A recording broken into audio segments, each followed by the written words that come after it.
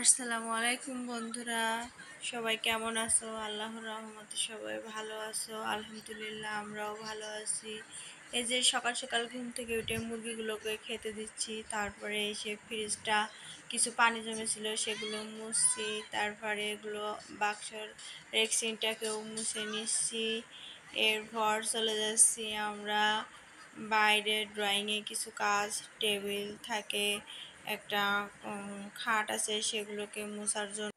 তারপরে মশলা দুধ চা যে তৈরি করছি, সকালের হালকা পাতলা কিছু নাস্তা করব। এই যে চা তৈরি, যে নাস্তা করা শেষ। এবার বেডটাও অগোছালো হয়ে আছে, বেডটাও ঝেড়ে ঝেড়ে পরিষ্কার করছি। এই যে বেডটা খুবই অপরিষ্কার হয়েছিল, যেহেতু ছোট বাচ্চা আছে। বাচ্চা সবসময় বেডটা নষ্ট করে ফেলে, অগোছালো করে রাখে। এই যে বেডটা সুন্দর করে ঝেড়ে ঝেড়ে পরিষ্কার করলাম।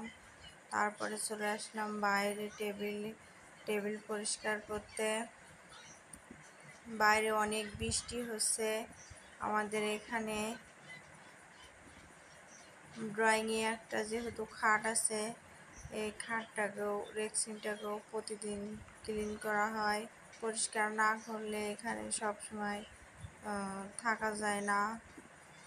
এবার চলে গেলাম রান্নাঘরেও যে সব কিছু পরিষ্কার করতে শুরু করে দিয়েছি।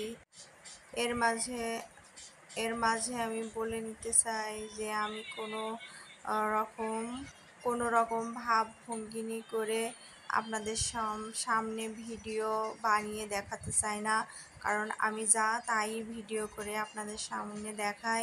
আমি ঠিক যেভাবে আমরা রান্না করে আমাদের এলাকায় খাওয়া হয়, এইটাই আপনাদের সামনে রান্না বান্না করি, যাতে দেখুক যে মানুষ সবাই কোন এলাকার কীরকম পরিবেশ, কীরকম খাবার দাবার খায়। আমাদের এই এলাকায় সরিষা বাটা ছাড়া মানুষ কোনো তরকারি খেতে পারে না। এজন্য ঠিক আমাদের এই এলাকায় যেভাবে রান্না বান্না, যেরকম বাসাবাড়ির কাজ, আমরা গ্রামেই থাকি, মধ্যবিত্ত ফ্যামিলি, যেভাবে চলি, যেভাবেই থাকি, সেভাবেই আপনাদের সামনে ভিডিও করে দেখানো হয়। এতে কোনো যে ভাবভঙ্গি করে দেখানো কি অতিরিক্ত কোনো কিছু তা না, এটাই আপনাদের সঙ্গে শেয়ার করলাম। আর এই যে এখানে আমাদের এলাকায় যে বনের হয় ঘেটকেলটা ওই যে রান্না করলাম, ঘেটকেলটা রান্না হয়ে গেছে। তারপরে আবার এই যে ঘেটকেল বাটা দিয়ে আমার মেয়ে ভাত খাচ্ছে। এই যে এবার মায়া মাছটা ভেজে নেব। এই যে মায়া মাছটা সুন্দর মতো ভেজে নেব, দিয়ে কচু দিয়ে ঝোল করব দুপুরে খাবার জন্য। কচুটা সুন্দর মতো নাড়াচাড়া করে এই যে বাটনা রেডি। এই যে আমার রান্নাটা প্রায় শেষের দিকে। এর মাঝে আমার রান্নাঘরটা পুরোপুরি কমপ্লিট, আমি পুরোপুরি গুছিয়ে